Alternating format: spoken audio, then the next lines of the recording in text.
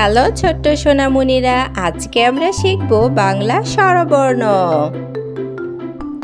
স্বরবর্ণ ১১টি। স্বরে অ, স্বরে অতে অজগর, স্বরে আ, স্বরে আতে আম, রস্বই, রস্বইতে ইলিশ, ধীরগুই, ধীরগুইতে ঈগল, রস্যু, রস্যুতে উট, দীর্ঘ, দীর্ঘতে উর্মি, রি, রিতে ঋণ, এতে একতারা, ওই, ওইতে ঐরাবত, ওতে ওজন, ওতে ঔষধ।